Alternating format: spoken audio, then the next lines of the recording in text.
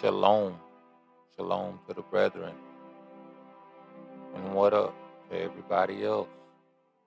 This is your Op, Brandon Lewis. And this is the Lunar Solar Shabbat Scripture Study,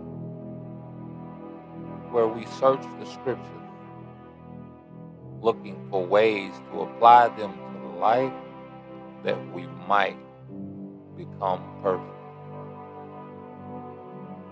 Too long have we read a scripture here and a scripture there, creating whole doctrine, never knowing the fullness of the context of those scriptures, the fullness and the context of those chapters and those books.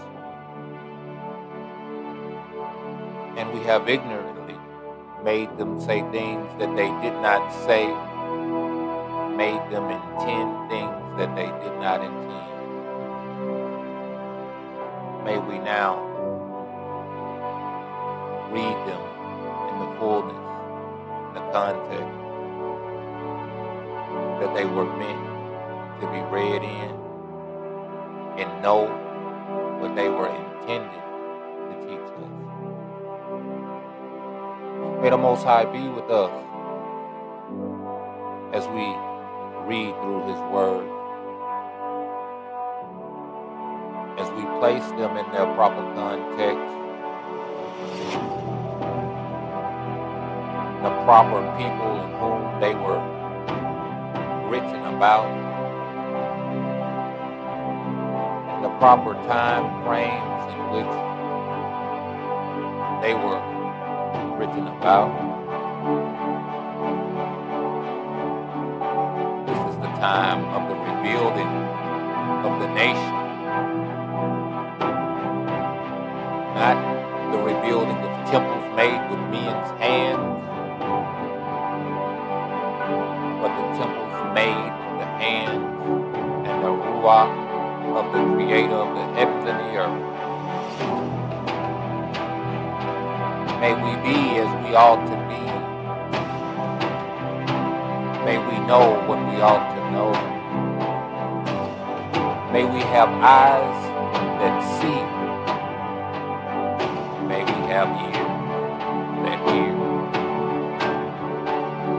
May we build up what needs to be built up.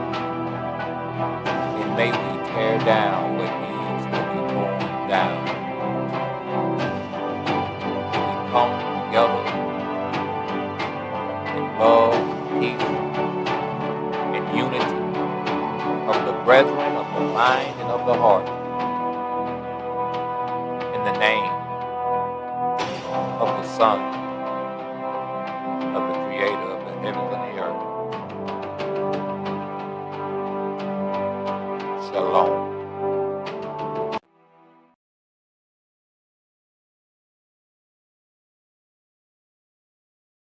Yeah, so the past couple of days, a lot of flooding due to this area, due to the heavy rains that we've been seeing. 2024 is the third most active year on record with 900 reported tornadoes.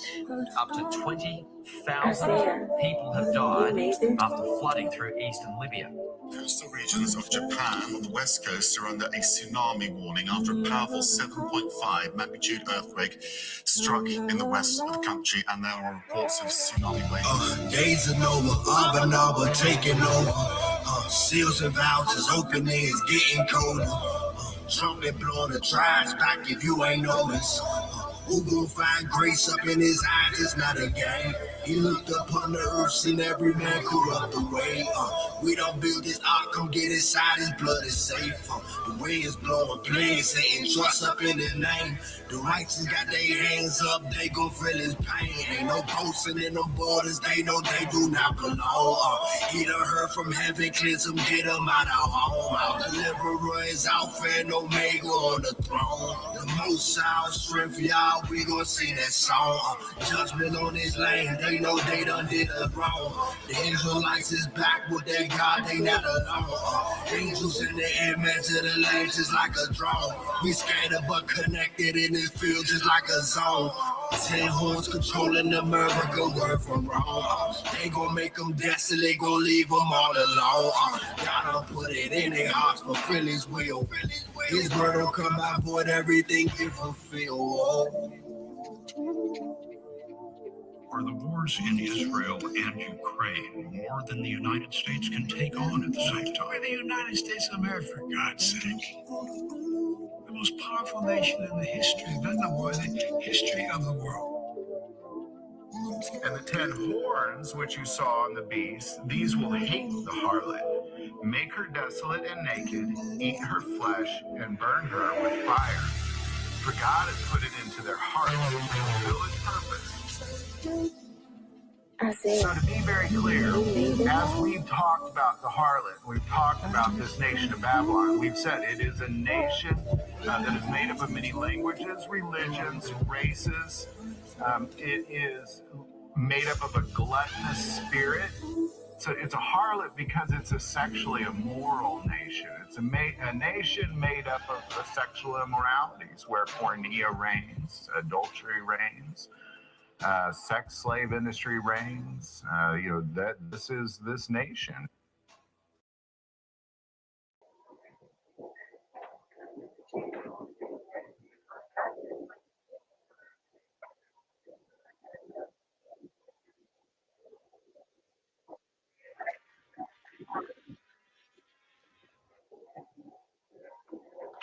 All right. Shalom, shalom to the brethren. What up with everybody else? This is Yog B. Lou, Brandon Lewis, and this is the Lunar Solar Shabbat Scripture Study. In case you don't know, we are going to be talking about the judgment of the wicked and the salvation of the righteous. Into the book of Second Kings, chapter 17 through 19. I pray that all is well with you. And if it's not, I pray that it's on the way to getting there. All right. All praises to the Most High, the creator of the heavens and the earth, the seas and everything in them.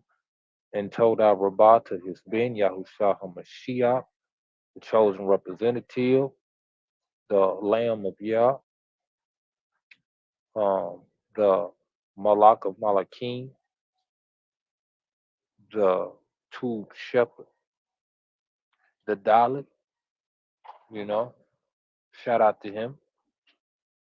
Uh, like I said, we're gonna get into this. We're gonna get into this Second King. So, without further ado, let's get right on into it. I'm going to preface this by speaking about this is all about um, trying to figure out what kind of characteristics, right? If if you have been following this show and this podcast and me for a while, you know that I'm big on character and characteristics, right? Characteristics of Yah, characteristics of his instructions. Okay, so the questions would be what characteristics would lead to one's salvation and what characteristics would lead to one's judgment. All right, so that is what we're going to be looking into today. We're going to be looking into characteristics, right? Coming out of Second Kings, start with 17, and then going on into 19. So it's quite a few verses. Bear with me, and we gonna get it. We gonna get it. So let me get everything. Let me get everything put up here. What we're gonna be talking about. Let's start off in 17. Yes, sir. Yes, ma'am. I hope y'all can hear me. If you can't hear me, let me know. If I'm coming in low or whatever, let me know. Type something in the comments in the chat. Uh, who's ever viewing me? But let's get right on into it. Starting in 2 Kings chapter 17, we see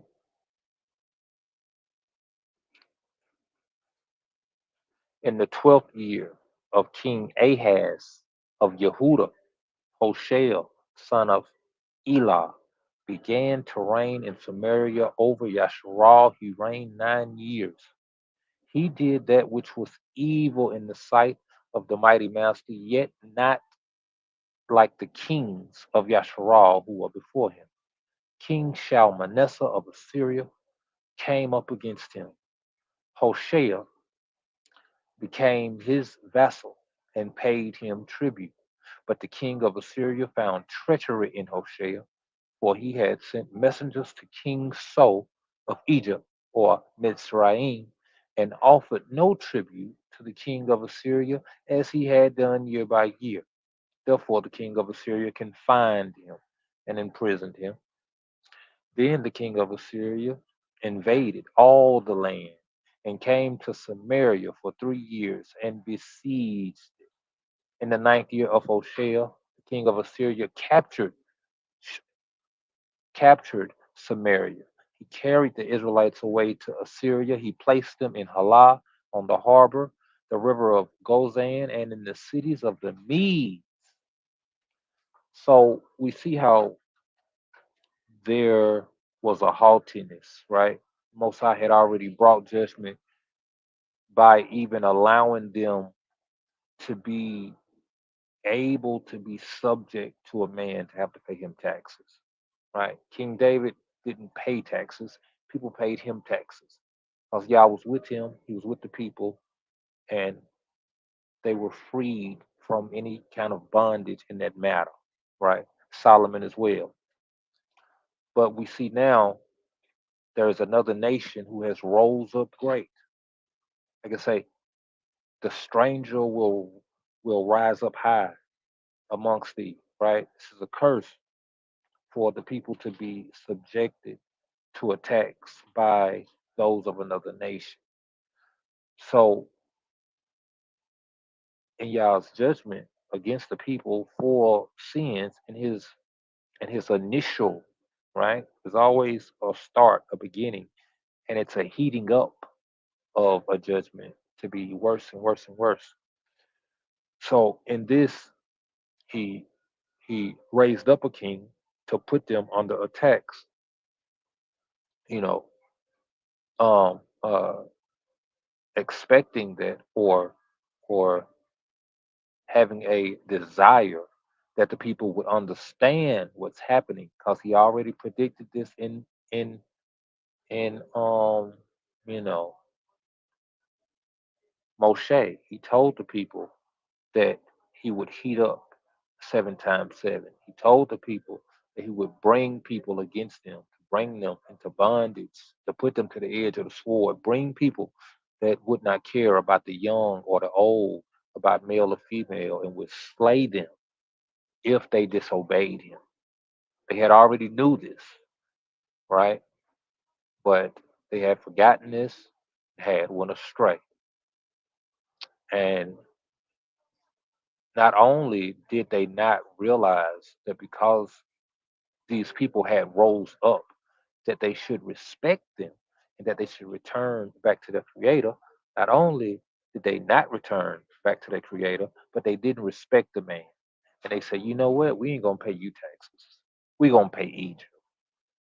And he said, well, I'm gonna have to come get you. And that's exactly what he did. So here in verse 7, it says, this occurred because the people of Yasharal had sinned against the mighty master of their power, who had brought them up out of the land of Egypt from under the hand of Pharaoh, king of Egypt. They had worshipped other gods or other powers and walked in the customs of the nations whom the mighty master drove out before the people of Yasharal, and in the customs that the kings of Yasharal had introduced. So there's always this thing about the people not wanting to do what they've been instructed to do by the Most High, but yet getting involved with the other nations and doing what the other nations do in servance of their gods or their powers, right? And it's always been our problem, even unto this day, right? We'd rather take on the cultures of others rather than the cultures that's been given to us. And it got them punished, it got them judged, right? We're talking about the judgment of the wicked. The wicked is unruly one, an unrighteous one that is not going the way in which they have been instructed to go, which is the way of righteousness, the right way. They're going the wrong way, and judgment is being brought upon them for that, right? So keep this in mind as we read and we go along the contrariness of the people and the haughtiness of the people, right? It says, and they worshiped other mighty ones and walked in the customs of the nations whom the mighty master had drove out from before the people of Yasharal, and in the customs of the kings of Yasharal had introduced. Not only did the people take on the nations, the the the ways of the other nations, but the kings that ruled over the people introduced ways for these people to follow, and they followed them.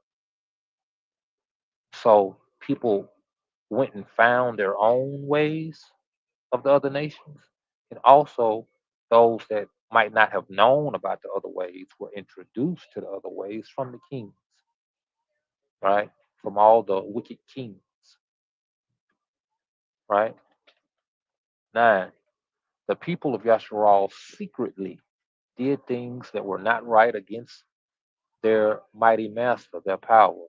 They built for themselves high places at all their towns, from watchtower to fortified city. They set up for themselves pillars and sacred poles on every high hill, and under every green tree. There they made offerings on all the high places as the nations did whom the mighty master carried away before them. They did wicked things, provoking the master to anger. They served idols, of which the master had said to them, "You shall not do this." So, what are the prerequisites for judgment? It's exactly what's being laid out here. It is going against instruction, right? That's like the summary. Now, granted, they went against a whole bunch of instructions, but the summary of that is that they went against instructions, period, that the Most High said, don't do. They did what they shouldn't have done. So, to avoid judgment from the Most High, the best way to do it is to be obedient, right? He has not desired sacrifice, but he has desired obedience. So that, yeah, 1 second, let me check my thing. Shalom to all of those of you joining in. Shalom to all of those of you that will join in. Don't forget to hit that like button. Hit that like button, and don't rob your brother of his likes and his subscriptions. You know what I'm saying? It ain't gonna cost you nothing. Get it done. Now let's get right back on into it. Um, 13. Yet the mighty master warned Yasharal and Yehuda by every Nabi or prophet and every seer, saying, "Turn from your evil ways and keep my commandments and my statutes in accordance with all the law that I commanded your ancestors, that I sent to you by my servants, the prophets or the Nabim." They would not listen but were stubborn, as their ancestors had been, who did not believe the master of their power. You know what? A lot of us wonder, man, like, what's wrong with our people? Why we don't listen? Why we so hard headed? It ain't nothing new. This ain't nothing new. We've been like this. We've been like this from days old. Stubborn, stiff necked, you know, stiff necked and hearted.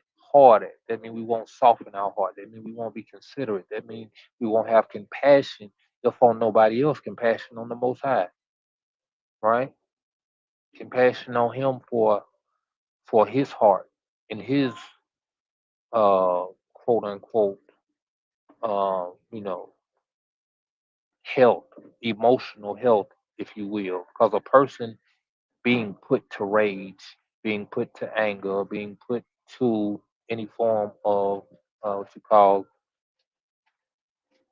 disappointment is not a good thing, right? He has said his heart is broken. He has said that he has been grieved with us. He said that he have been wrathful with us.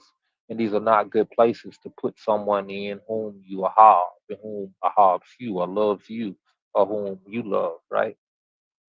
So we've always been this way as a people by and large. And we should read these things and seek to not be these ways, right? 14, they would not listen but were stubborn, as their ancestors had been, who did not believe in the mighty master of their power. They despised his statutes and his covenant that he made with their ancestors and the warnings that he gave them. They went after false idols and became false. I shared this earlier that your spiritual worship is going to be directly correlated to your character and your actions, right? It says they worship false idols. They went after false idols and they became false. They became like that which they served. So if you serve an evil, you're going to be evil. And if you serve righteous, you're going to be righteous. So the question would be is to consider a person. That's why I say you shall know a person by their fruit, right? You shall know them by the fruit of their character. You ain't got to know a person's whole history. You ain't got to know no deep, detailed thing. Just consider a person's morality. Really, you could tell by either or. If a person tells you they serve evil things, you don't have to have no long standing experience with them. You should know that by the fact that they do these things, that they are apt to have some negative characteristics in them. Or if you see the negative characteristics, then you should know that they serve something that is not righteous, something that is not like the Most High. They all these things correlate together, right? And that's how you could know a thing without having to be experienced in it. You don't got to, you know, get your head cracked to realize that somebody is abusive. You got to look for the traits of an abuser, right? The Most High said they had traits of idol worshippers. You know why they had traits of idol worshippers?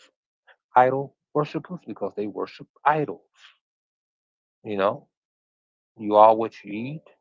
Uh, um, as a man is in his heart, so is he. All these things correlate together, right? They went after false idols and became false.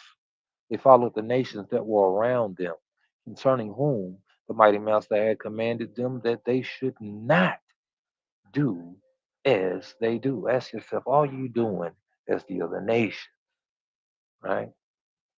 They rejected all the commandments of the master of their power and made for themselves cast images of two calves. They made a sacred pole, worshipped all the hosts of heaven, Shemaim, and served Baal. They made their sons and their daughters pass through the fire. They used divination and augury, and they sold themselves to do evil in the sight of the master, provoking him to anger. Therefore, the mighty master was angry with Yasharal and removed him out of his sight. None was left to be, none was left but the tribe of Yehuda alone. Yehuda also did not keep the commandments of the mighty master of their power, but walked in the customs that Yasharal had introduced. The mighty master rejected all of the descendants of Yasharal. He punished them and gave them into the hand of plunderers, which he said he would do. It's nothing new. He said he would do it before they had plunderers, until he had banished them from his presence. When he had torn Yasharal from the house of David, they made Jeroboam of Nebat king or Malach. Jeroboam drove Yasharal from following the master and made them commit great sin. When it speaks about the sins of Jeroboam, this is part of what it's talking about. The fact that he drove the people from following the Most High and made them commit great sin. Right? The people of Yasharal continued in all the sins of Jeroboam committed.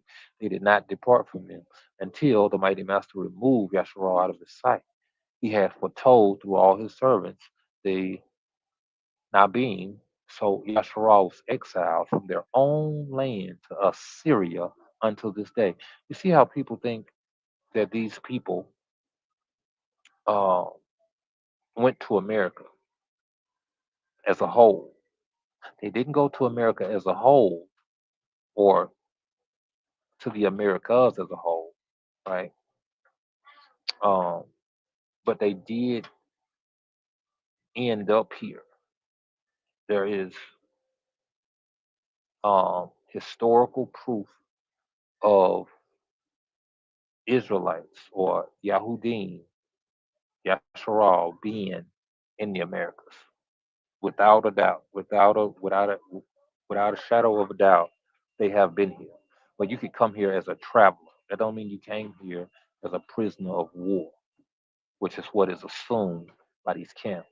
They tell you right here that all of Yasharal were exiled from their own land to Assyria until this day, until the writing of this book. The king of Assyria brought people from Babylon, Kuta, Ava, Hamad, and Sepharvaim, and placed them in the cities of Samaria in the place of the people of Yasharal. They took possession of Samaria and settled in its cities. When they first settled there, they did not worship the master. Therefore, the master sent lions among them, which killed some of them. So the king of Assyria was told, the nations that you have carried away and placed in the cities of Samaria do not know the law of the power of the land. Therefore, he has sent lions among them. They are killing them because they do not know the law of the power of the land. Then the king of Assyria commanded, send there one of the priests whom you carried away from there. Let him go and live there and teach them the law of the power of the land. So one of the priests I'm sorry, y'all, Kohanim, right? Kohanim, whom they had carried away from Samaria, came and lived in Bethel. He taught them how they should worship the Master. But every nation still made powers of its own and put them in the shrines of the high places that the people of Samaria had made. Every nation in the cities in which they lived. The people of Babylon made Succoth Benoth. The people of Cuth made Nergal. The people of Hamath made Ashima. The Avites made Nebaz and Tartak. The Sepharvites burned their children in the fire to Adrammelech and Nemelech, the powers of the Sepharvaim. They also worshiped the master and anointed and appointed from among themselves all sorts of people as priests of the high places who sacrificed for them in the shrines of the high places. So they worshiped the master but also served their own powers, after the manner of the nations from among whom they had been carried away. To this day, they continue to practice their former customs. They do not worship the master, and they do not follow the statutes of the ordinance of the law or the commandments of the master commanded the children of Yaakov, whom they named Yasharal. So we see that Northern Kingdom was really going through it out there. Okay, they was really going through it. They got took completely out their land, and people who were not from there got placed in their land. And when the people got sent to these other foreign lands, they got worse, right? They got deeper off into doing what they was doing, you know, and it just got worse and worse.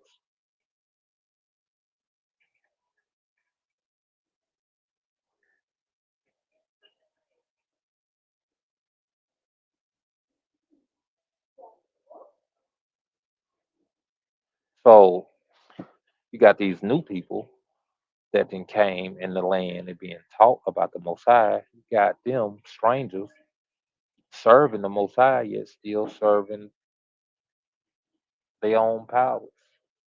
So it's like there's always this thing of being in the middle of the road, of doing, trying to serve two masters, right? Uh,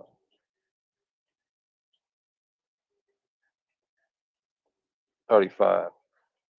The master had made a covenant with them and commanded them, you shall not worship other powers or bow yourselves to them or serve them or sacrifice to them, but you shall worship the master who brought you out of the land of Egypt with great power and with an outstretched arm. You shall bow yourselves to him, and to him you shall sacrifice. The statutes and the ordinances and the law and the commandment that he wrote for you, you shall always be careful to observe. You shall not worship other powers. You shall not forget the covenant that I have made with you. You shall not worship other powers, but you shall worship the master of your power. He will deliver you out of the hand of all your enemies. They would not listen, however, but continued to practice their former custom. So these nations worship the master, but also serve their carved images. To this day, their children and their children's children continue to do as their ancestors.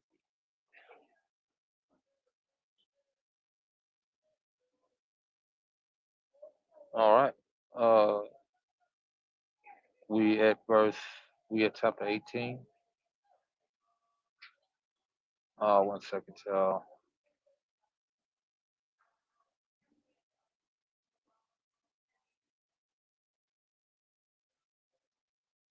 Uh,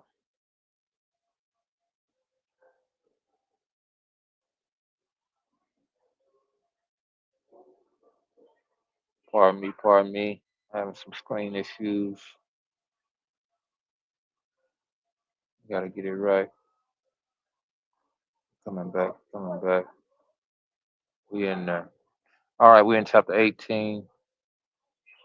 Shout out to everybody listening. Hit that like button. Don't play with it.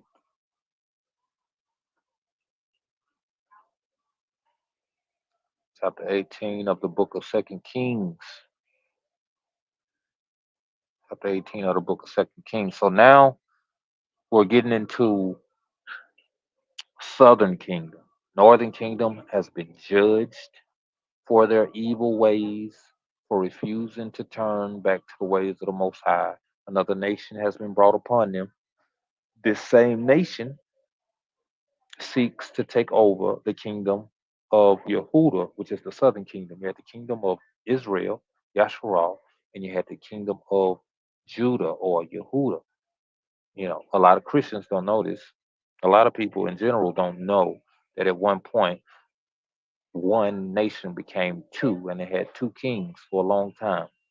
A lot of people don't know this, but this is what they believe in. This is what they base their salvation in. Yet they don't know the basics of it, right? And they fail to comprehend the importance of who they call Jesus Christ. They fail to recognize his importance of being the righteous branch, right?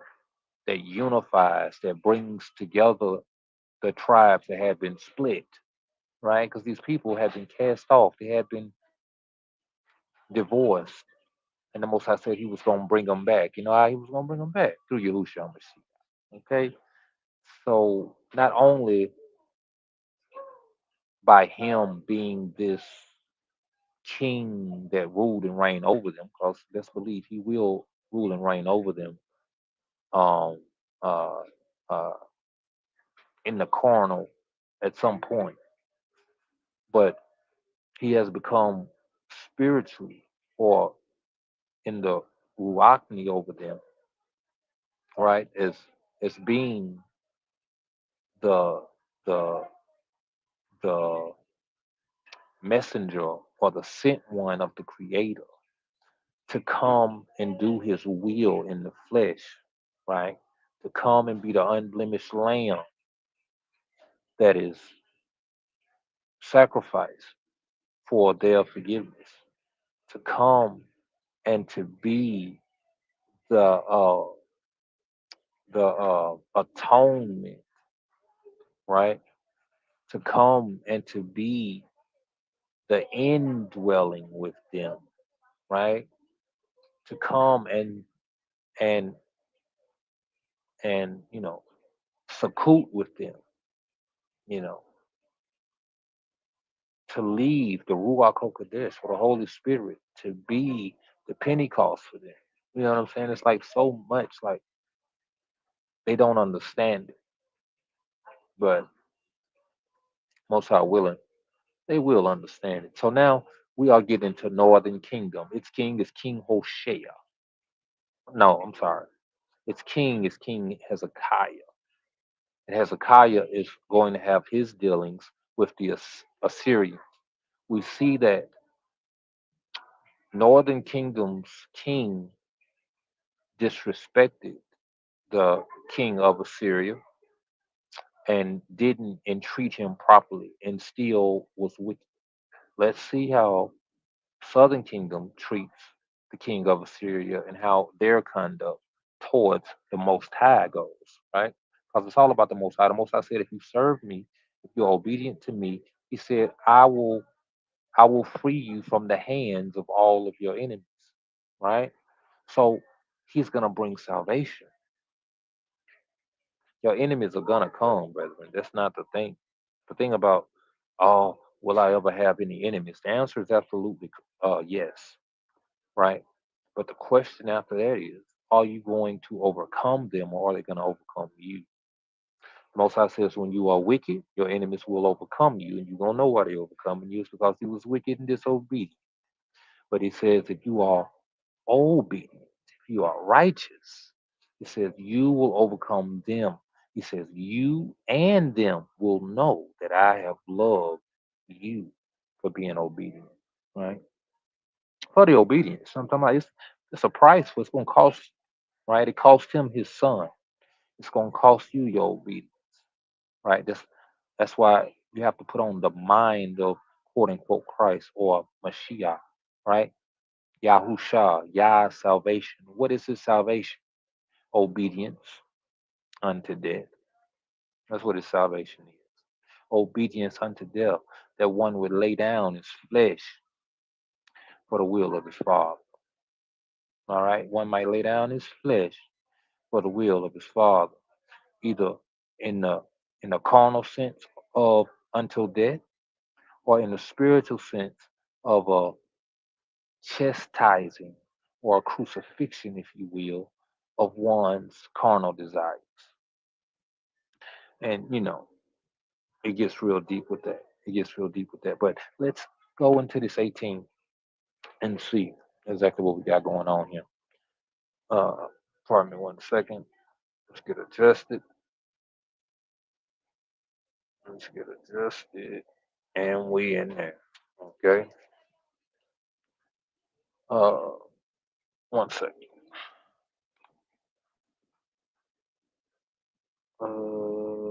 So this right here is 18. Let's go.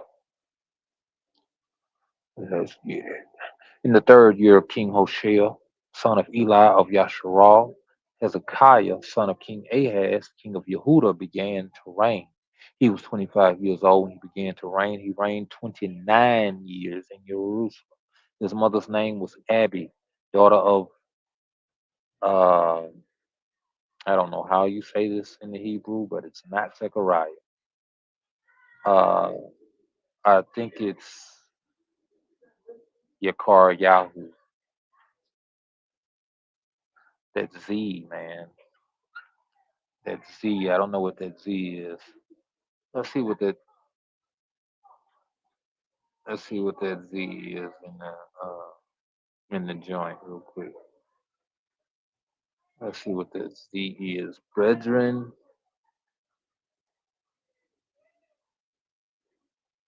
Zion,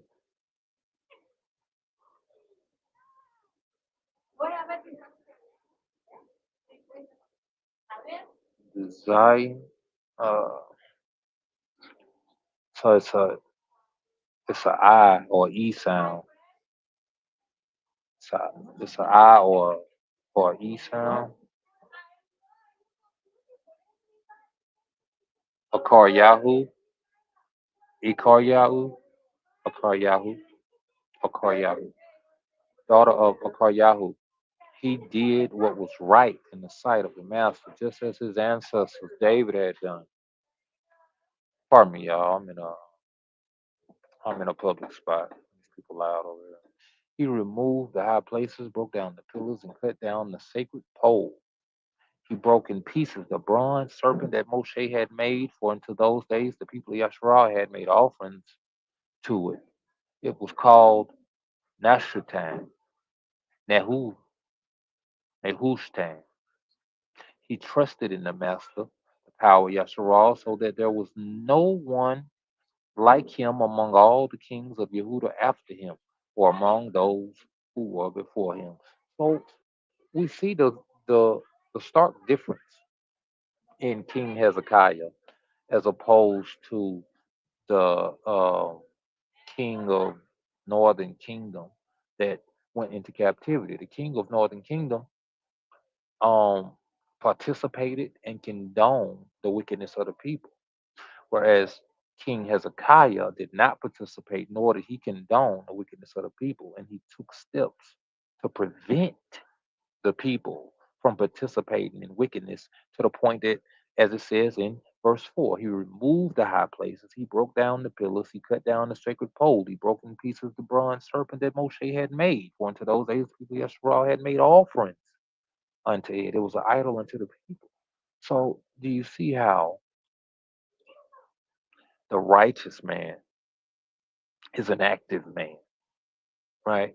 Today, we got this mindset of, I'm staying in my own lane and I'm going to pray about it, right? We see that our ancestors, the righteous of our ancestors, they prayed as well, but they prayed for strength to do, right? They prayed for strength to do. They prayed for the favor of the Most High Yah, or the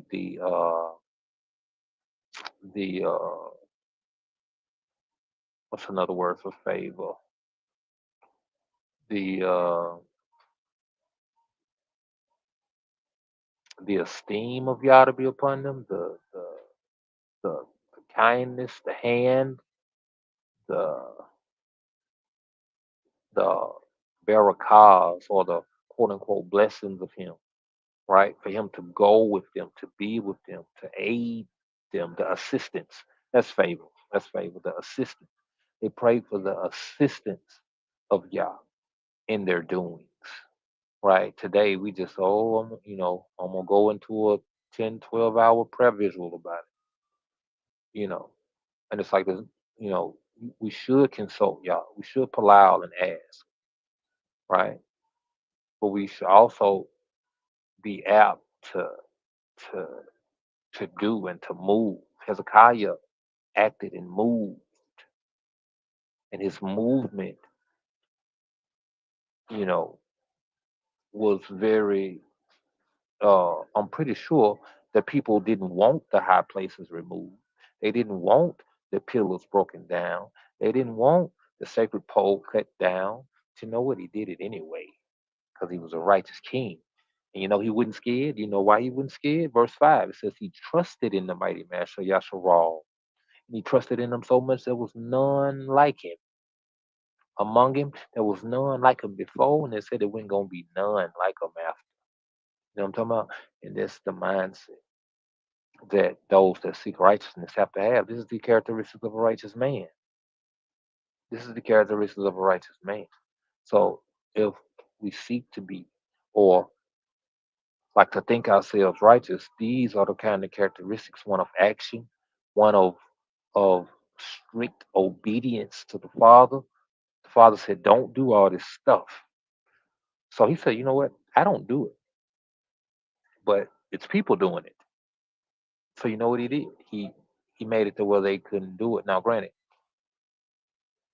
he was in a position to be the person that did this, right? Because these are people under his employ. These are people under his leadership and guidance. So, granted, you might not should go over to somebody else's house and tear down they pillars and poles and high places, right? You know, You don't cross into another man's territory and do that.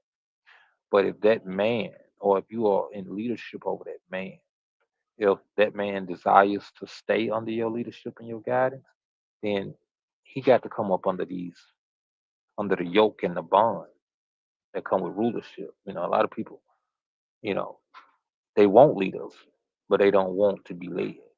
It's like women. They want men, but they don't want men to be men. They want men to be what they think they ought to be.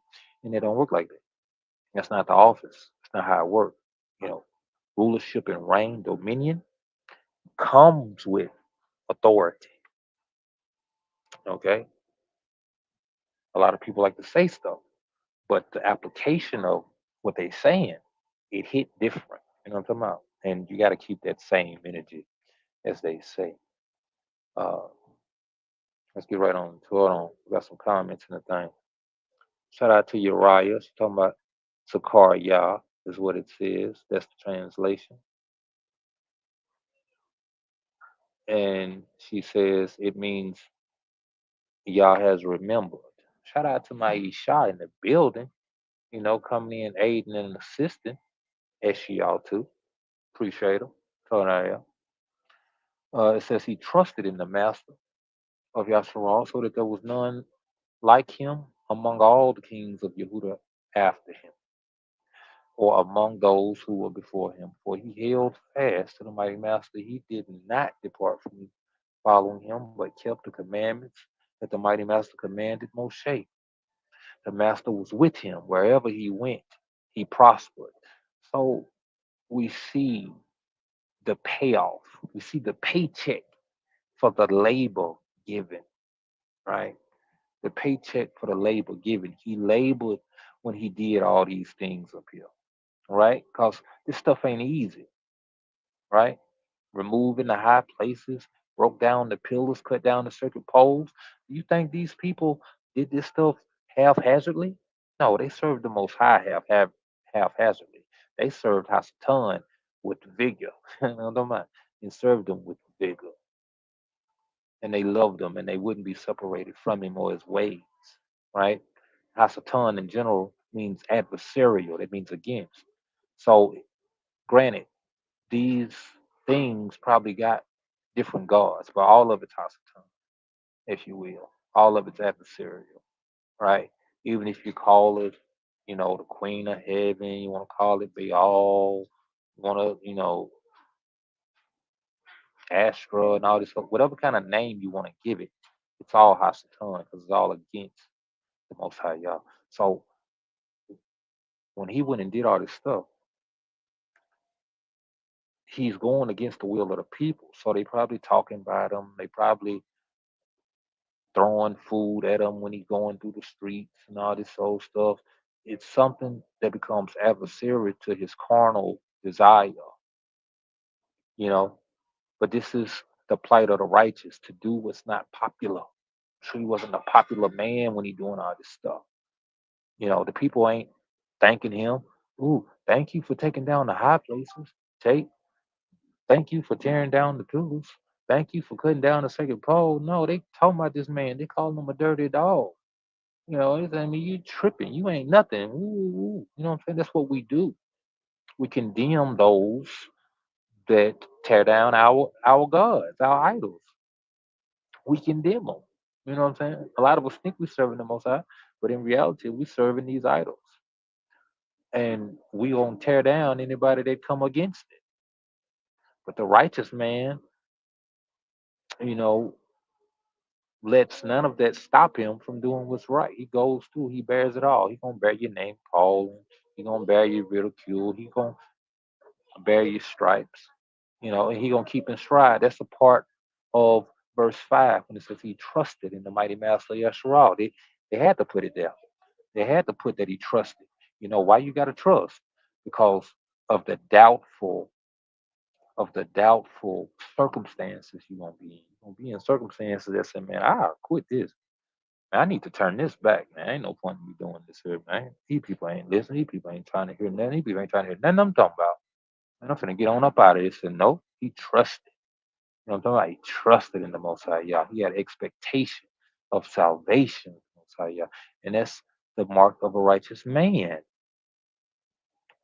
The king of Assyria, well, yeah, the king of Assyria, but um, specifically the king of Northern Kingdom, that wasn't his mindset.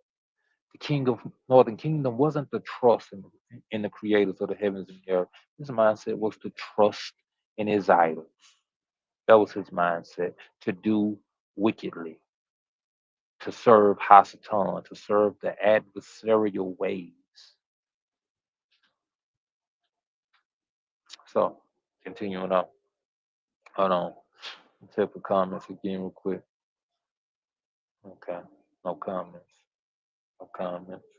In the fourth year of King Hezekiah, which was the seventh year of King Hoshea, son of Eli, of Yasharal, Hoshea is the king that got besieged. King Shalmaneser of Assyria came up against Samaria and besieged it. At the end of 3 years, took it. In the sixth year of Hezekiah, which was the ninth year of King Hoshea of Yasharal, Samaria was taken. The king of Assyria carried Yasharal away to Assyria, settled them in Halah on the harbor and the river Gozan and cities of the Medes, right? This is when you get into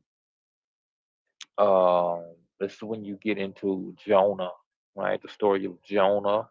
You talk about the people being in Nineveh. Nineveh is an Assyrian city, right? That's how the Israelites got there, right? Told them to go preach to the northern kingdom. He wasn't talking about preaching to no strangers. Talking about preach to the to the people there, right? He been trying to turn northern kingdom from their wicked way, even in the captivity he put them in. Now, granted, they put themselves there. They put this. They put themselves there, but he assisted. You know what I'm talking about? You want to go? I'm gonna help you because they did not obey the voice of the master their power, but transgressed his covenant. All that Moshe, the servant of the master, had commanded them, they neither listened nor obeyed. In the 14th year of King Hezekiah, King Sennacherib, Sennacherib of Assyria came up against all the fortified cities of Yehuda and captured them. Right now, you got cities outside of Jerusalem. Right, Yehuda owns all of it, but it's not Jerusalem. It gets real when you get to Jerusalem. Jerusalem is where the temple is. Jerusalem is where the king's fortress is. Right? King Hezekiah of Yehuda sent to the king of Assyria at Lachish, saying, I have done wrong. Withdraw from me. Whatever you impose on me, I will bear. You see how Hezekiah is humble, right? You know why he's humble? Because his power is humble. His power is meek. His power is long suffering. So he's been long suffering with his king. These aren't the characteristics of the king of Northern Kingdom. This was not Hoshea's mindset. Hoshea's mindset was, man, you ain't that, man. I'm gonna take your money, I'm gonna give it to somebody else. Right? He wasn't even considerate, he wasn't compassionate. Hezekiah was considerate and compassionate. He said, man, look, hey man, let's make this thing right. No, come on. Just leave me alone. Tell me what you want, you know, and I'm gonna get it to you. What you want that's reasonable now. He wants something, but it ain't reasonable, and he ain't gonna be able to do that. But Hezekiah is saying, what I got to do to make this right, right? That's being appeasable. That's being one who's able to be reasoned with, reasonable, right? These are good characteristics. These are the characteristics of the Most High. Got the characteristics of the one he serves, one deserving of salvation instead of one deserving of judgment, right? The king of Assyria demanded of King Hezekiah of Yehuda 300 talents of silver and 30 talents of gold. Let's see how much 300 talents of silver is. Let's see how much weight that is. Let's see how much weight that is real quick. Let's see how much weight 300 talents is. Judges Yesharal, what's up, Ak? come on in here, man. You know what I'm saying? If you got something to say to the people, if you got something on your heart, man, come on in here. And thanks for hitting that like button too. I sure appreciate you. You know, it ain't cost you nothing, did it? It ain't hurt at all. It ain't hurt at all. I know it ain't hurt. It couldn't hurt. Um, let's see. Let's get into. Let's find out how much 300 talents is.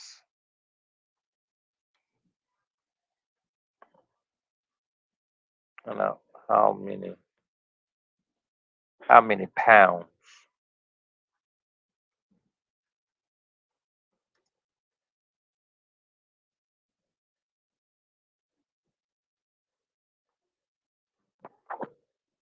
300 talents of silver is 198.41604 pounds of silver. Let's see how much money that is today. Let's see how much.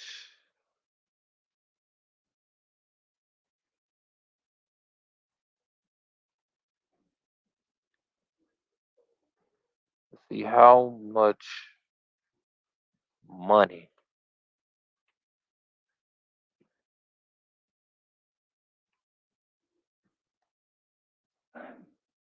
How much money is 300 talents of silver?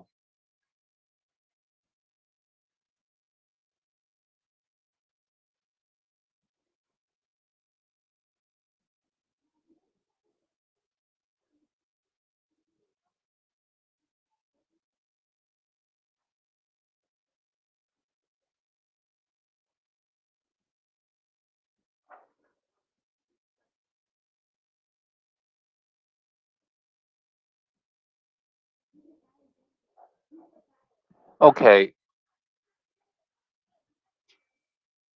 silver today is about $20 a troy ounce. That's crazy, man. I can't figure this stuff out. See how much is a troy ounce? That's $20. How much is a troy? How much is a troy ounce of silver? A troy ounce of silver is worth. No, I need to see. Uh, a troy ounce of silver in weight.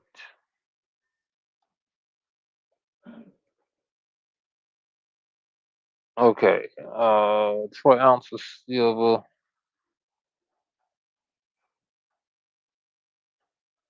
I'm sorry, y'all. How much does a troy ounce of silver weigh?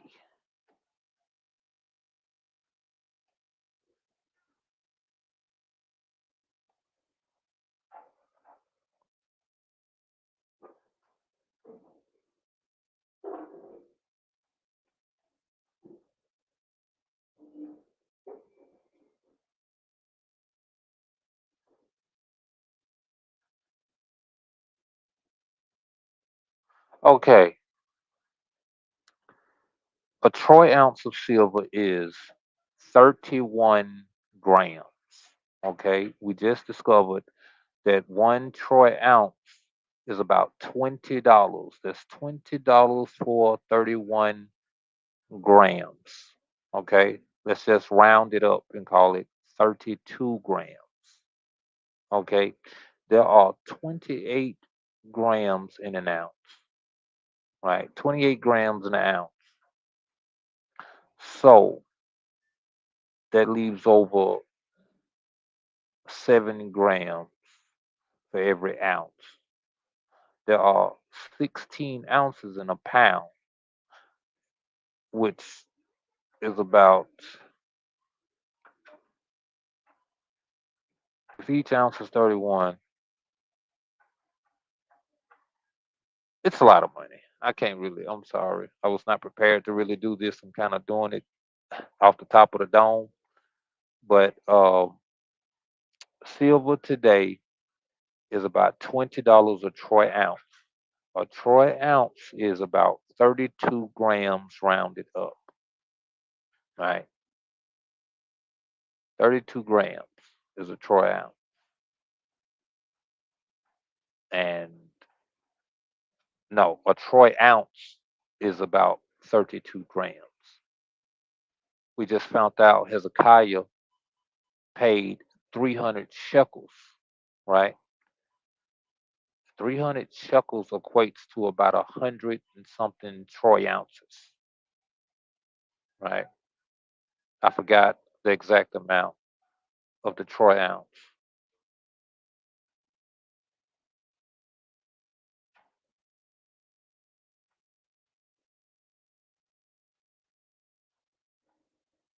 300 talents of silver is about 250,000 pounds.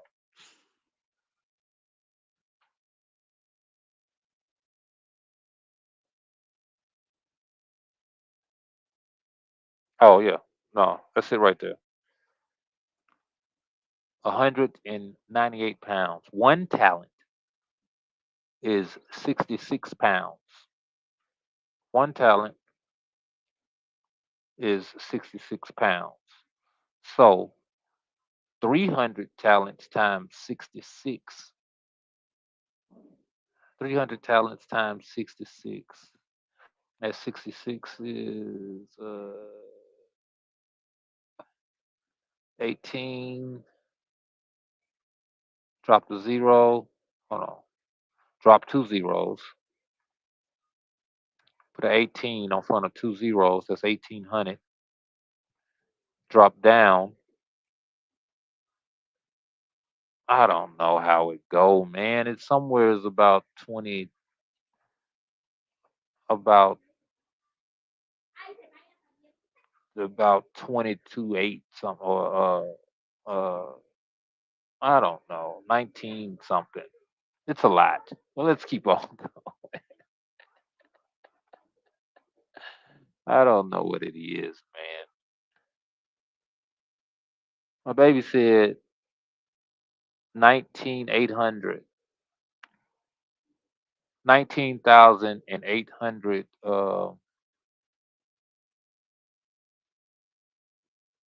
19,800 what? Ounces? I don't know. I'm gonna leave this stuff alone. It's a lot. Hezekiah paid that man a lot of money to keep him off his hind parts. Okay.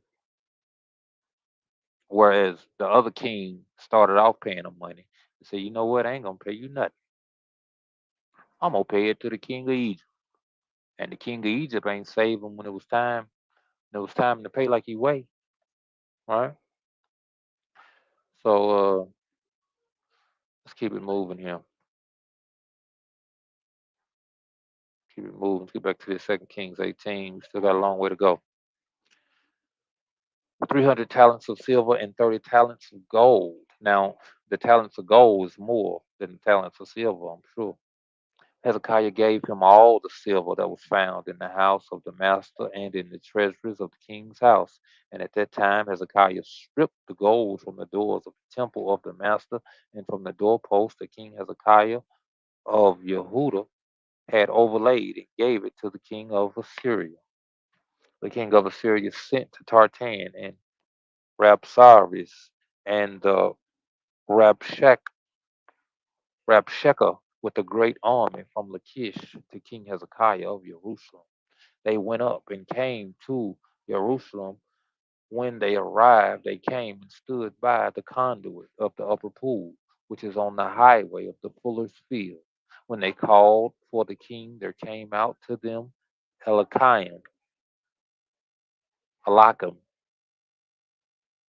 Eliakim, Eliakim, son of Hilkiah, who was in charge of the palace, Shebna, the secretary, and Joah, son of Asaph, the recorder. And Rabshakeh said to them, say to Hezekiah, thus says the great king, the king of Assyria, on what do you base this confidence of yours? Hold on. when they called for the king, there came out to them Hilkiah. Oh, okay. So what's happening is the king of Assyria has sent his messengers to talk to the king of Yehuda, to talk to Hezekiah. So he comes to the gate and he's saying, "Bring out Hezekiah. I got a message for him from the king." Hezekiah said, "I ain't going out there to talk to no messenger." He said, "I'm going to send my messengers to talk to their messengers."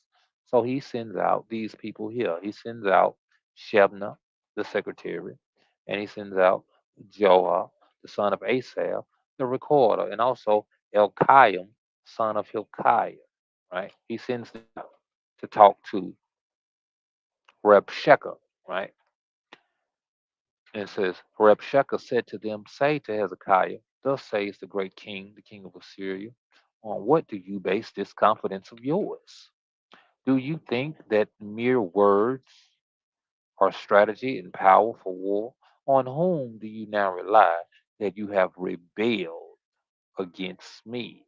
This ain't what Rabshakeh is saying of himself. Rabshakeh is reporting to Hezekiah's men, to Hezekiah, what the king is saying back. Okay, they didn't have text messages and all this stuff and emails and all this. No, they sent somebody to say, "Look, you tell them this," and the person said, "This is what so and so said. This is what the king of Assyria is saying. See, you are relying now on Egypt, that broken reed of a staff which will pierce the hand of anyone who leans on it, such as Pharaoh, king of Egypt, to all who rely on him. But if you say to me, we rily on the master our power, it is not he whose high place is it not he whose high places and altar Hezekiah has removed, saying to Yehuda and to Jerusalem, you shall worship before this altar in Jerusalem."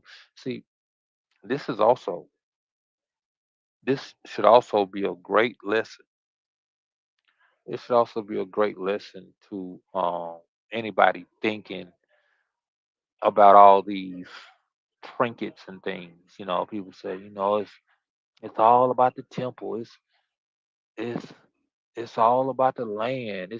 It's all about your fringes. It's all anybody that's stuck on things, right? The Most High is not stuck on things that could be created and be destroyed. He's about the will of a man being subject to him, or the will of a man subjecting itself to him. That's what he's concerned with. It don't matter about them damn doors. If King Hezekiah was going to be wicked, it don't matter about that temple if the people was going to be wicked. And that's what the people don't understand. The people worship this stuff and became wicked, became disobedient. Their wickedness is disobedience. Okay? That's what people's not understanding. That's why people hang on to frivolous things and they get tossed to and fro. You know why? Because they're not grounded. They don't have a foundation. And that's the problem when you don't have a foundation. You get uprooted, get tossed to and fro with every wind of doctrine, with every new thing, with every locomotion, right? You know, you're just waiting on something else to hop on. You're waiting on a new thing. But you know what's been constant? The instruction has been constant. You know what's been constant? The call for obedience to the instruction has been constant. You know what also has been constant? Disobedience to the instruction. So we see already an answer to our question of what brings about the judgment of the wicked and what brings about the salvation of the righteous. What brings about the salvation of the righteous is the obedience. What brings about the judgment of the wicked is the disobedience. He said obedience and disobedience to what? The instructions of the creator of the heavens and the earth, the seas, and everything in them. Hold on, man. Let me see something real quick. I had a little thing with some gunshots. I want to see if I still got my gunshots. I need my gunshots back. Let's see real quick. I know I got my hand claps and whatnot. Let's see.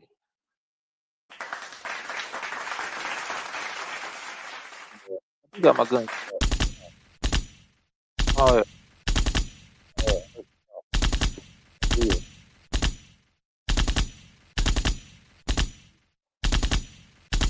All right. That's enough. That's enough of that. Let's get back on into it. Now we are we have the king of Assyria sent his messengers to tell the king of Israel or the king of Yasharal what he got to say.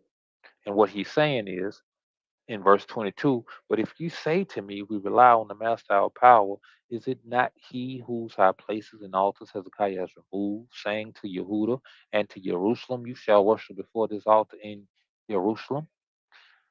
Come now, make a wager with my master, the king of Assyria. Now he's saying his own words. Before he was saying the words of the king of Assyria. Now he's saying his own words. He said, come now, make a wager with my master, the king of Assyria. I will give you 2,000 horses if you are able on your part to set riders on them.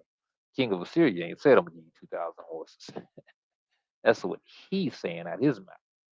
He said, how then can you repulse a single captain among the least of my master's servants when you rely on Egypt for chariots and for horsemen? Who, moreover, is it without the master that I have come up against this place to destroy it? The master said to me, go up against this land and destroy it. Now I think he is saying the words of Hezekiah. I mean, of Assyria, right? But uh,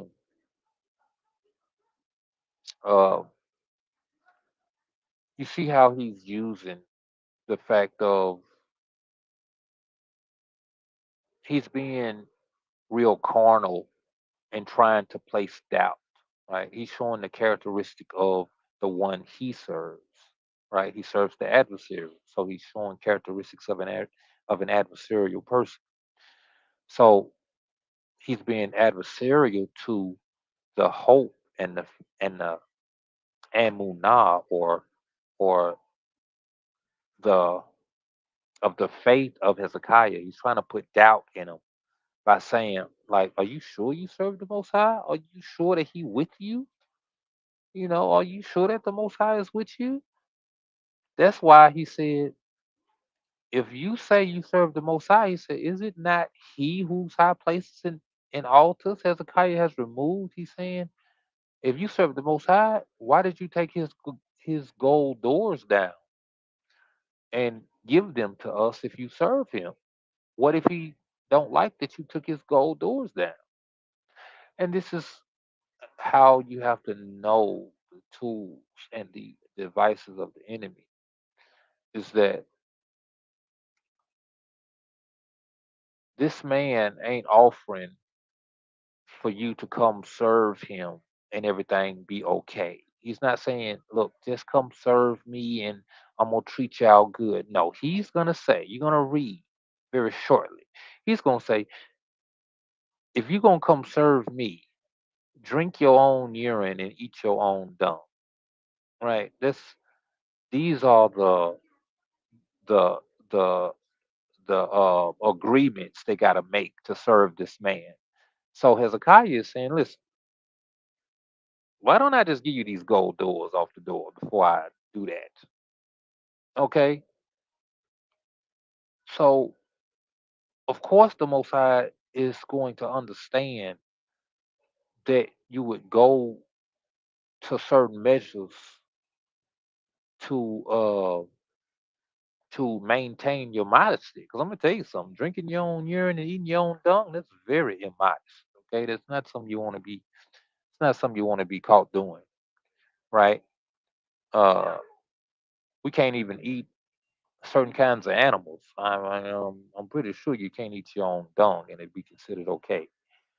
So, but this is the doubt that the king of Assyria is trying to place in him, you know, and you have to be mindful of why you do what you do and stand on it, right? And you have to move accordingly in righteousness. You don't have to doubt what you did if what you did was righteous. You don't have to doubt. You don't have to question, right? That's what um Rabshakeh is trying to do. He's trying to place doubt where there shouldn't be any, right? Then he says in 25, he said, is it without the master that I have come up against this place to destroy it? And this is the thing. He did have the master's aid and help in destroying Northern Kingdom. But he only had his aid and help as a tool against the disobedient. See, that's that thing right there, that thing right there got a lot of meat on it. He he had his help as a tool against the disobedient. He ain't got his help against the obedient. And that's what we're gonna find out in this story is that the Most High don't aid the enemy against his people when they are obedient. He don't aid the enemy. He is with them against the enemy, as we see this time and time again. Right? We saw this with the Assyrians. We saw this with the Babylonians. We saw this with uh, the Persians and the Medes. We saw this with the Greeks. Right? Now, some would say we still up under the Roman captivity to this day, but it's been prophesied that it's going to be the same way, right? So he's with his people when they are obedient. The problem is we are rarely, if ever, obedient. So we are going to always be in a constant state of judgment, always going to be in a constant state of judgment or in a constant state of it soon to be applied, right? If it ain't here, it's on the way because we either ain't right or we ain't going to get right. And that's what we got to start to understand and start to cry out for aid and help to do, right? That's what the Son came for, to strengthen you in the crucifixion of your flesh, man, to strengthen you in the crucifixion of your carnal desires so you can bear your cross or bear your stake, right? You got to bear your stake and go before it boldly, right? And with courage and with vigor. No greater love is this than a man that would lay down his life for his friends.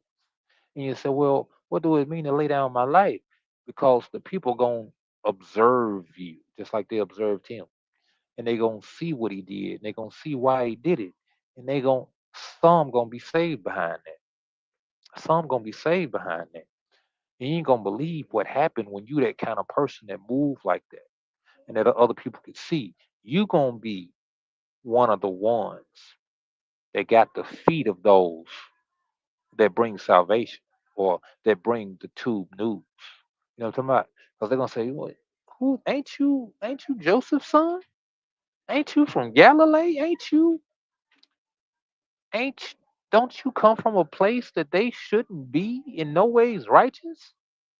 Then you used to sell drugs. Then you used to do drugs. Then you used to, whoremonger and wasn't you a harlot? Wasn't you a prostitute? Wasn't you a whoremonger? Why are you changed? Why is there a light in you now? You ain't even got to talk to these people. You just got to be.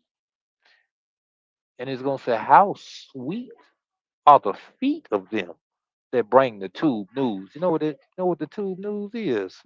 That the captives are set free. That's what it means, that the captives are set free. It's captive to sin, bound to an evil way, bound to the ways of the adversary. And you were set free. So Toda, yeah, you know what I'm talking about? That's what it's all about. Continue on. And Elkiah, son of Hilkiah, Shebna, Yoha, said to Reb Shaka, please speak to your servants in the Aramaic language, for we understand it, Do not speak to us in the language of Yehuda within the hearing of the people who are on the wall. But Rabshakeh said to them, has my master sent me to speak these words to your master and to you, and not to the people sitting on the wall who are doomed with you, to eat their own dung and to drink their own urine? Do you hear it? That's not the way to be. It's not what you want to do, brother. You might want to do a lot of things. That shouldn't be one of them. So then Rabshakeh stood and called out in a loud voice in the language of Yehuda, hear the word of the great king, the king of Assyria. Thus says the king, do not let Hezekiah deceive you, for he will not be able to deliver you out of my hand. Do not let Hezekiah make you rely on the master by saying, the master will surely deliver us, and this city will not be given into the hand of the king of Assyria. That's what we got to understand too. The enemy knows what the conduct of the righteous ought to be. He know what it is because it's contrary to him. Okay, he gonna give you the recipe for disaster, not the recipe for salvation. Okay, your salvation is out from under his hand, so your judgment would be up under his hand. That's what he gonna give you. That's what he gonna tell you.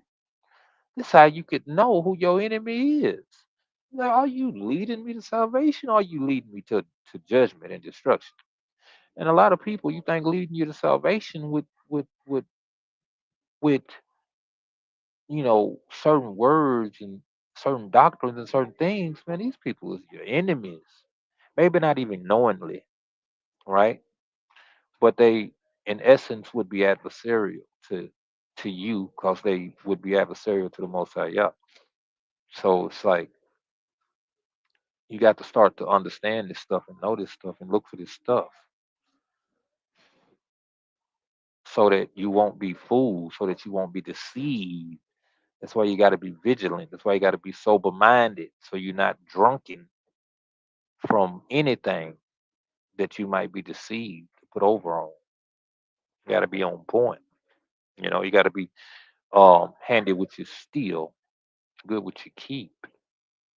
You know, do not listen to Hezekiah, for thus says the king of Assyria, make your peace with me and come out to me. Then every one of you will eat from your own vine and your own fig tree and drink water from your own cistern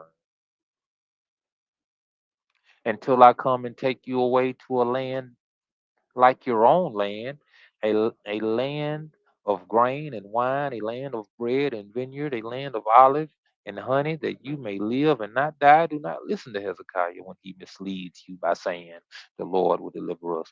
Listen to me, man. If somebody mean you well, the best thing they could do is leave you alone. How you mean me well, but you want to take everything I got, but you said you're gonna give me something else? How that work? If you mean me well, help me do better where I'm at. Don't tell me to give you everything I got and you gonna give me something else. What kind of sense? You got to start understanding people. If people ain't trying to put you in a better place, then they're trying to put you in a worse one. That's what this man is doing. And he's trying to use fear tactics. He's trying to use terror to do it. Terror and doubt to make you slip. That's how Son's whole thing. It said salvation is given to all, but all don't receive it, right? And how you don't receive it is you reject it, you neglect it, or you forfeit it by your actions. And that's what he's trying to get the people to do. He's trying to get the people to forfeit it.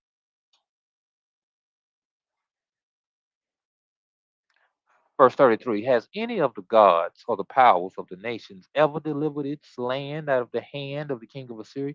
Now he trying to do a roll call. Now he trying to give credit to what he's saying. And this is the thing about it, is that what he's saying is highly credible, right? The king of Assyria has destroyed many, many nations, right? Including the half of their own nation. He destroyed them, right? He definitely destroyed them. And he's trying to have them conclude that because it happened to these other people, that it's going to happen to them. But you know what's going to separate them from these other people is that they're the ones that's obedient. They're the ones that's going to be righteous. They're the ones that's going to do what these people refuse to do. So when the other ones are judged, they'll be saved. And that's what you got to trust in and lean on. I mean, that's really the whole lesson, man. I mean, it's crazy. I put a like it's a lot of meat on that bone, but I picked it all off, and I didn't give you a pulled lamb sandwich. You know what I'm talking about? And it's laid out there for you. You won't even have to go through the rest of it. We don't have to go through the rest of it. Not really. You know. Let me give you a summary of the thing, if we would. I don't know. Let me see where we at. Let me see what we got left. Okay, we almost finished with this. Where are where are the powers of Hamat and Arpad? Where are the power of the Sepharvaim, Hena, and Hiva? Have they delivered Samaria out of hand? Who among all the powers of the countries have delivered their countries out of my hand, that the master should deliver Jerusalem out of my hand? Of the people were silent, but the people were silent and answered him not a word. For the king's command was, do not answer him. Then Eliakim, son of Hilkiah, was in charge of the palace, and Shebna, the secretary, Johar, son of Asaph, the recorder, came to Hezekiah with their clothes torn and told him the words of Rabshakeh. All right. Todayah. We in the last chapter, 2 Kings chapter 19. And let me change my thing up here. Who I got with me? Who is that in here? Give me a comment. Let me know who I got with me. Who you with? Who you with? Who you with? And they keep wanting to play with me with this thing.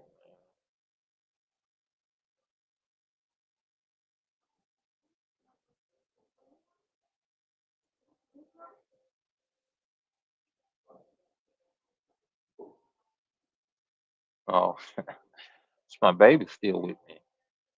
All right, thought I up. Let's get it.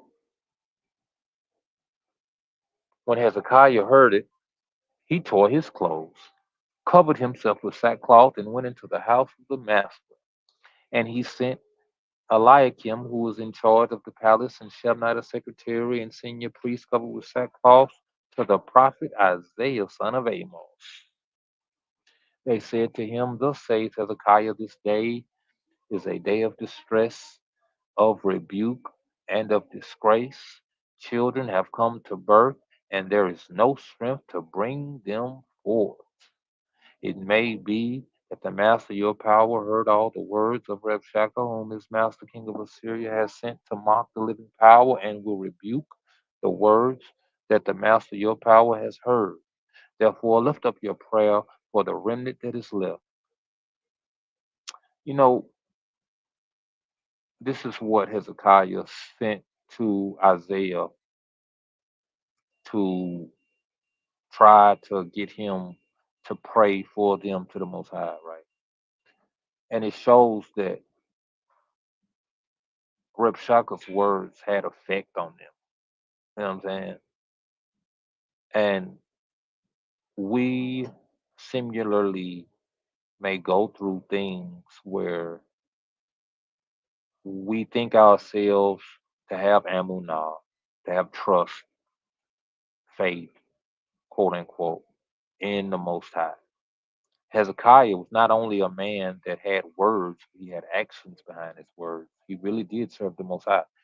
He really did trust him, but he was put in such a situation that he was grieved behind the thing, right? His faith or his amunah was tested, right? And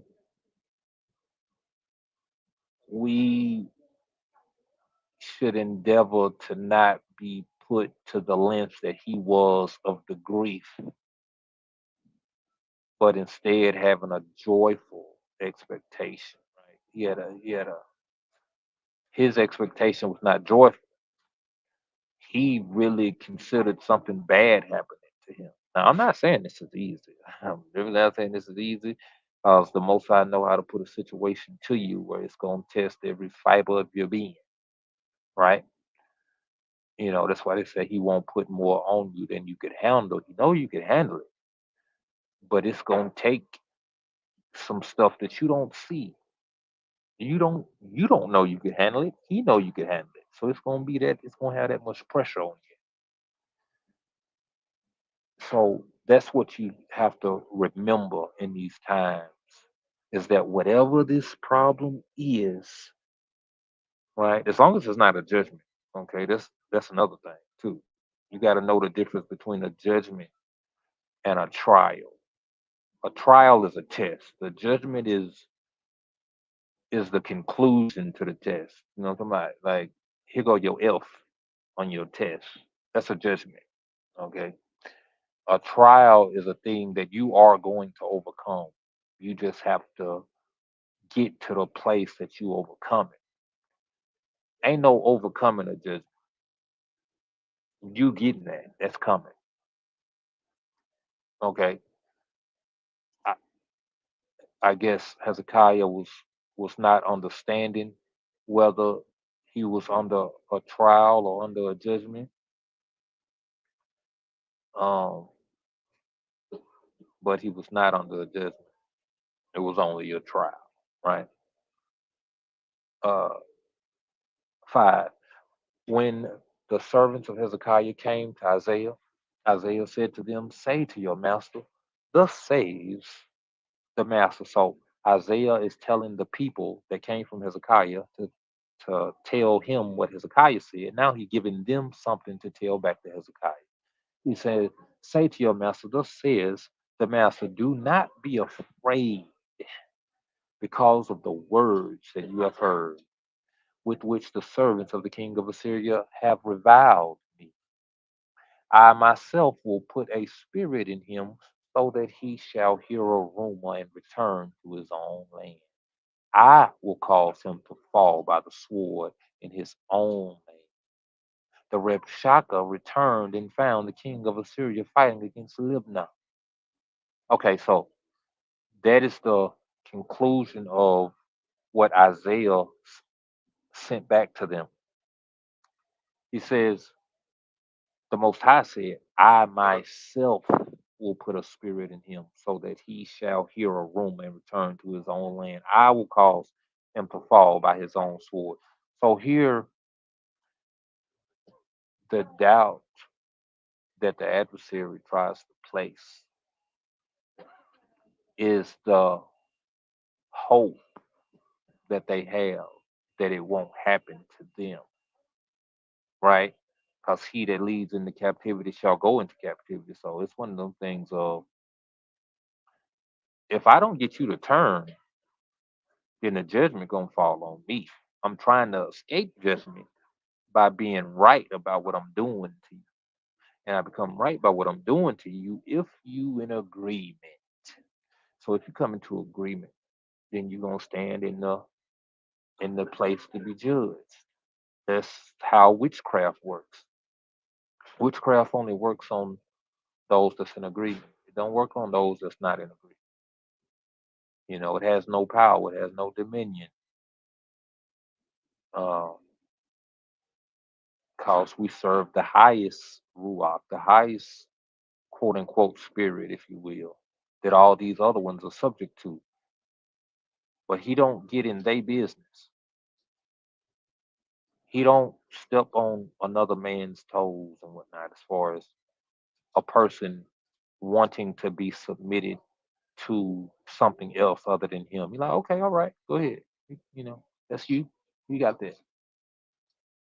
But we believe that we're gonna have it better with these other powers when in reality we're gonna have it worse, right? And he gives us over to that. He gives us over to bondage, gives us over to captivity, so that we can see the difference. You ain't gonna have to question. Oh, I wonder if it would have been better over there. You gonna find out. You gonna know for a surety. You know, we think the ways of the other nations was best until we find ourselves in the other nations and subject to them and subject to cruel and harsh treatments, subject to tortures, subject to imprisonment, subject to taxes, and and now we read in scripture about a time of of kingship, dominion, of land and power and authority. And we say, man, I would love to have that. Our people had it, they didn't love it, they gave it up, they forsook it. You know, ain't nothing changed. It's the same thing, right? Verse 7, I myself will put a ruach in him so that he shall hear aroma and return to his own land. I will cause him to fall by the sword in his own land.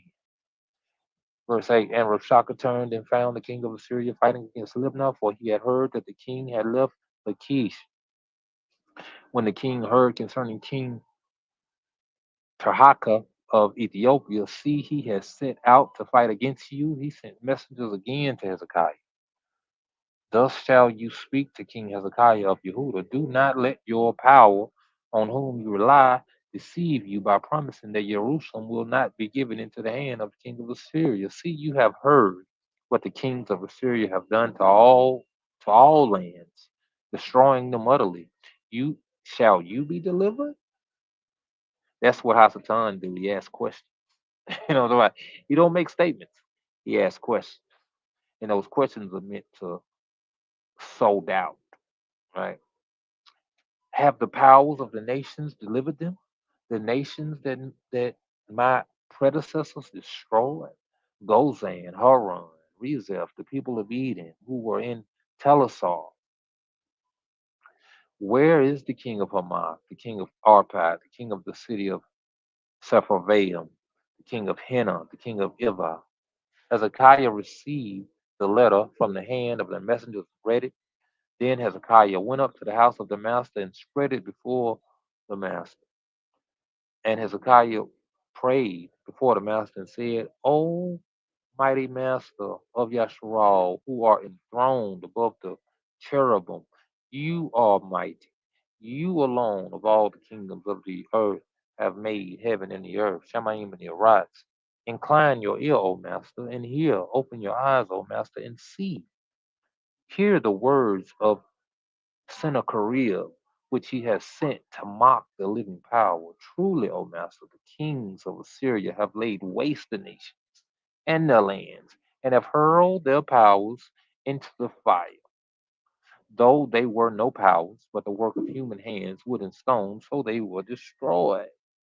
So now, O master, our power, save us, I pray you, from his hand, so that all the kingdoms of the earth know that you, O power, are a power alone. You know what's significant about this? Granted, he cried out, he plowing, he petitioning, and all this, but he ain't appeared before the Most High empty-handed, right? When you go to Luke 19 and you read about a man named Zacchaeus, right, that appeared to Yahusha, right? He didn't appear before him empty-handed. He had been a wicked man. He had done wicked things, but when he appeared before them, he could call upon the fact that he had made right the things he had did wrong. Right?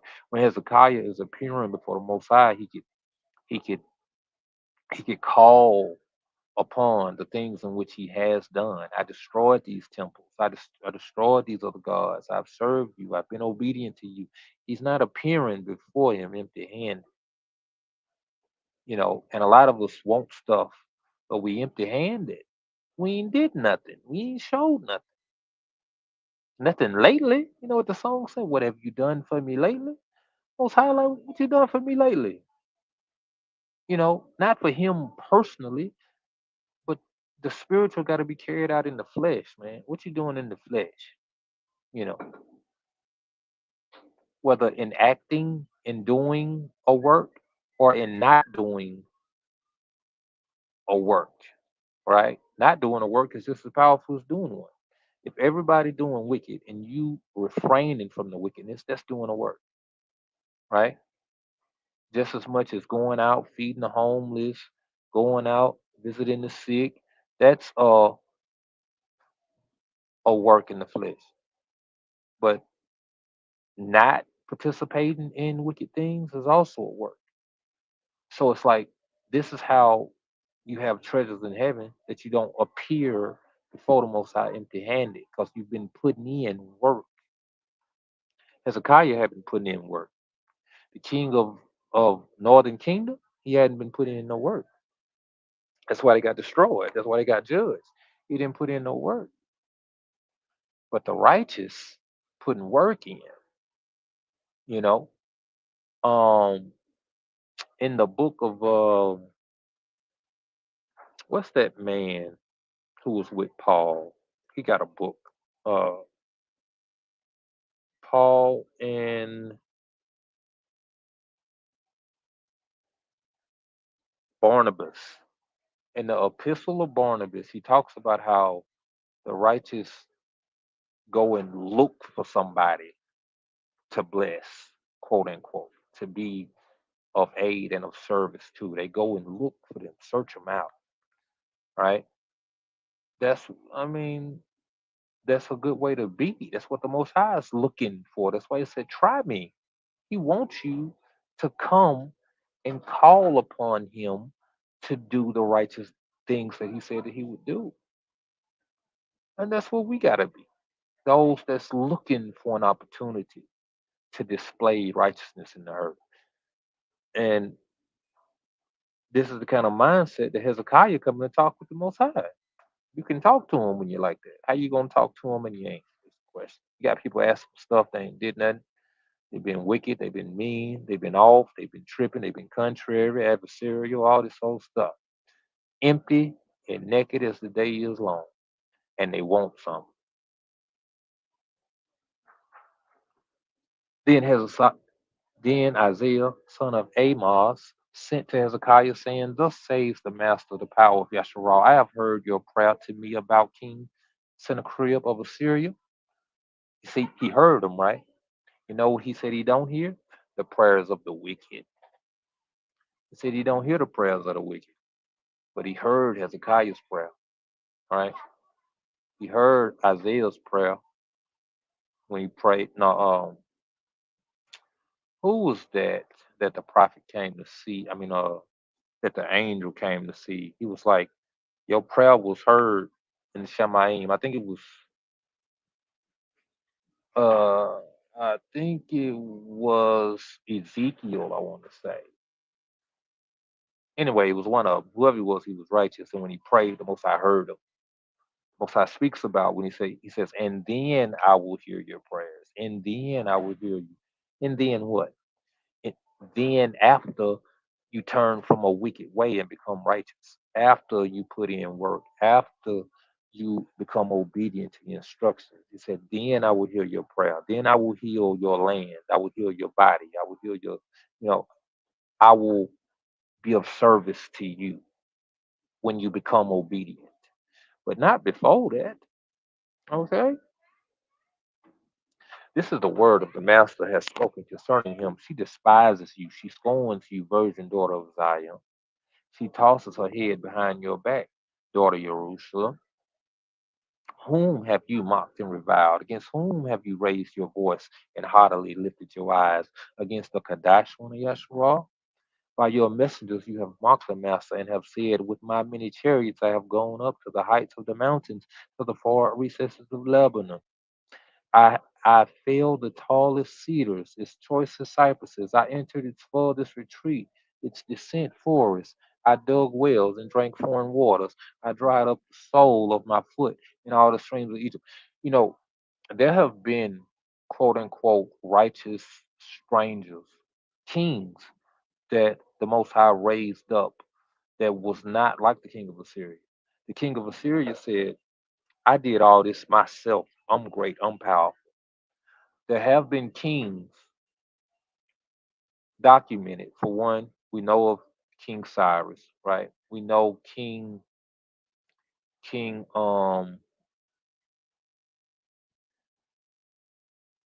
Nebuchadnezzar after he was made to walk like a dog for like 7 years or something, eat grass. We know he had a knowledge of Yah and he started to, you know, respect him and to submit himself somewhat to the creator, right? So there are people that have a reverence for Yah that might not be, Yasharal, but they are Yasharal to the extent that they walk upright. They walk upright amongst men and they walk upright amongst the Most High, have power with men and power with the Most High, right? So there are strangers who are Yasharal. So, or Israel, as they say. So, let's be mindful of that as we see the flip side to that. As you have a King Cyrus who is reverent towards Yah and who is respectful towards Yah's people and his instructions that he gave his people and say, you know what? I'm going to help you be obedient to your power. I understand he's a power. I respect him. I'm not going to move against him. You got a flip side. Like this king of Assyria who don't respect him, don't respect his people, and believe that because he has been allowed to do certain things, that he's the power, that he is the creator, and it's not going to work out for him, just like it didn't work out for any of the other kings, right? That's what America's feeling. That's what a lot of the Western nations are feeling, that they are the power. Like they the king of Assyria now, you know, they haughty. What do you say? What he said, by your messengers you have mocked the master. You have said with my chariots, with my airplanes and my tanks and my weapons, my nuclear weapons, right? That's how they talk. With my chariots, I have gone up to the heights of the mountains and we've been to space and we conquered all these territories and got everybody paying taxes and all this and that, right? To the far recesses of Lebanon, I fell the tallest cedars, the source of cypresses. I entered its farthest retreat, its densest forest. I dug wells and drank foreign waters. That's what they do. They colonize, right?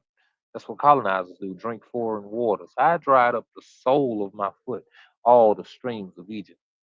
So have you not heard that I determined it long ago? I planned from days of old what now I bring to pass, that you should make fortified cities crash into the heaps of ruins. He said, I made you.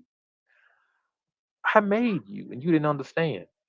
Moshe said this. He said they had not considered how such a great people could be subject to one that's not so great. I'm paraphrasing, by the way. I can't recall exactly what he said, but he said like the people didn't consider, howbeit they didn't consider that such a great people could be subject to people lesser than them, not by number, but by sheer sheer power of a man to man, person to person basis. You ain't got no business beating these people, but yet you beat these people and you think you did it. The only way you did it was that the one that created them gave them to you.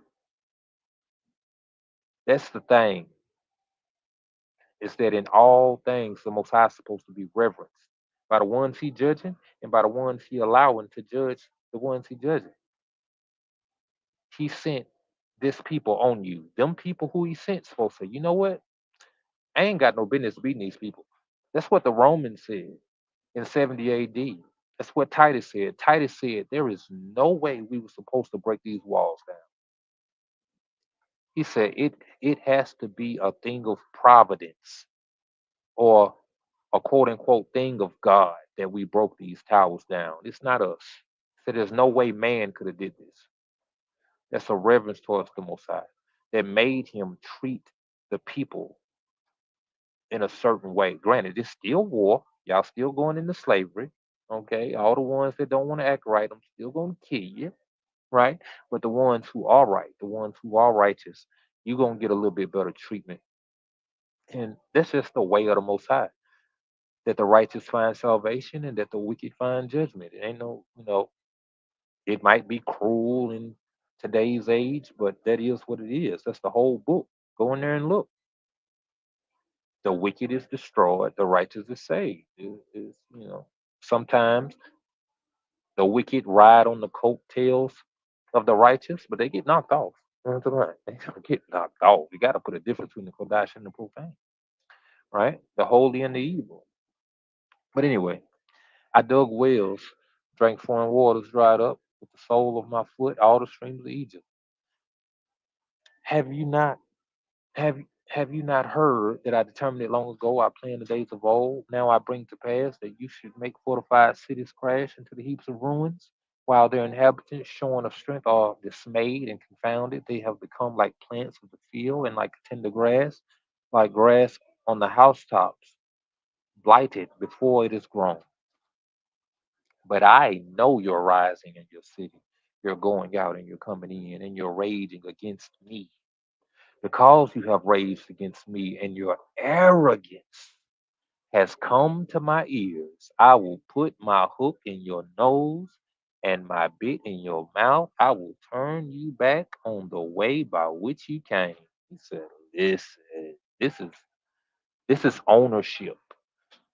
When you put a hook in somebody's nose and a bit in their mouth, you show that you are the dominant, you are the alpha, and you control them. He said, I will turn you back.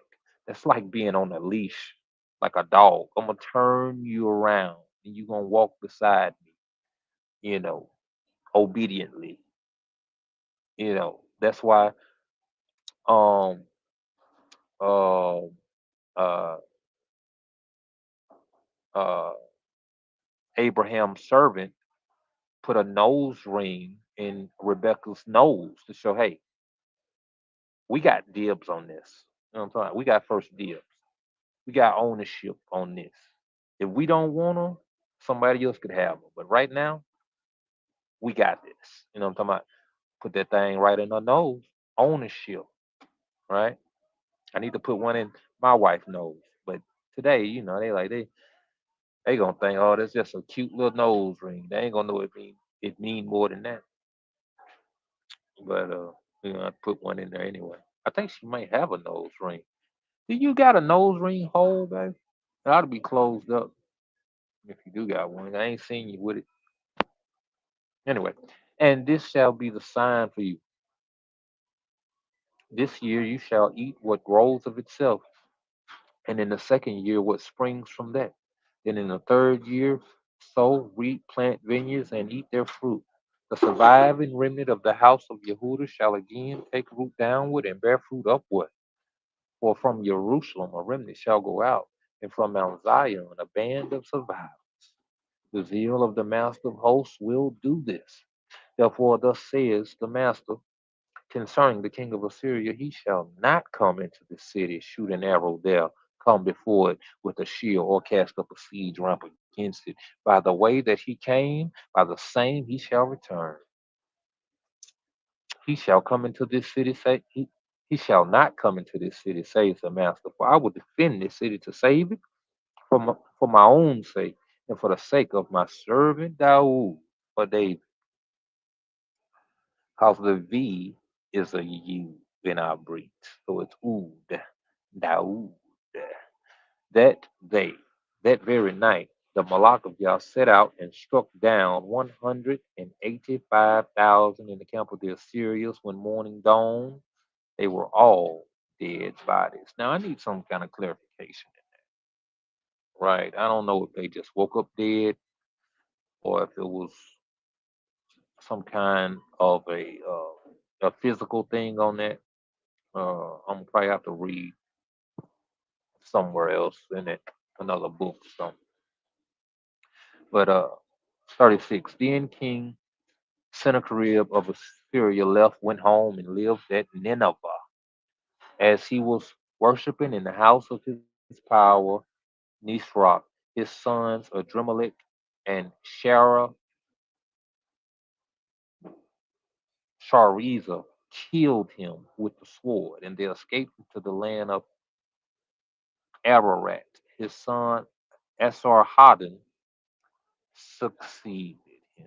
And that's it. Toda Rubah, Abba, Yah. Yeah. Let's see something real quick. How you wake up dead. That's how when the Malak of Yah come through and get you out of there. That's how you wake up dead. Your spirit woke up. You might have woke up in the flesh, but you woke up somewhere. You woke up in judgment, woke up somewhere. You seen ghosts. You know how I get out. Hold on, I'm trying to do my thing, man. My pause.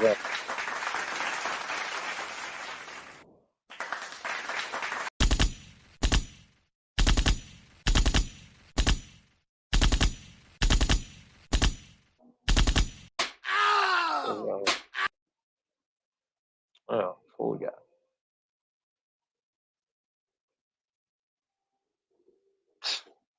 Whatever, but ain't nobody got time for your shenanigans. Anyway, that's what we got, man. This has been the conclusion of Second Kings chapters 17 through 19. We have been talking about uh,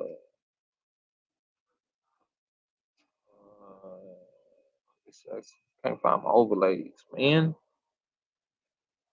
We have been talking about the judgment of the wicked and the salvation of the righteous. I hope you enjoyed it. I hope you've been edified. Hope you find some knowledge and understanding and some wisdom from it. We give all praise to the Most High. And we say Todah Rabah for joining us. And we hope to see you next time. All praise to the Most High, y'all. Thanks to us being Yahushua HaMashiach. It's 12 tribes, but it's one nation. Hallelujah.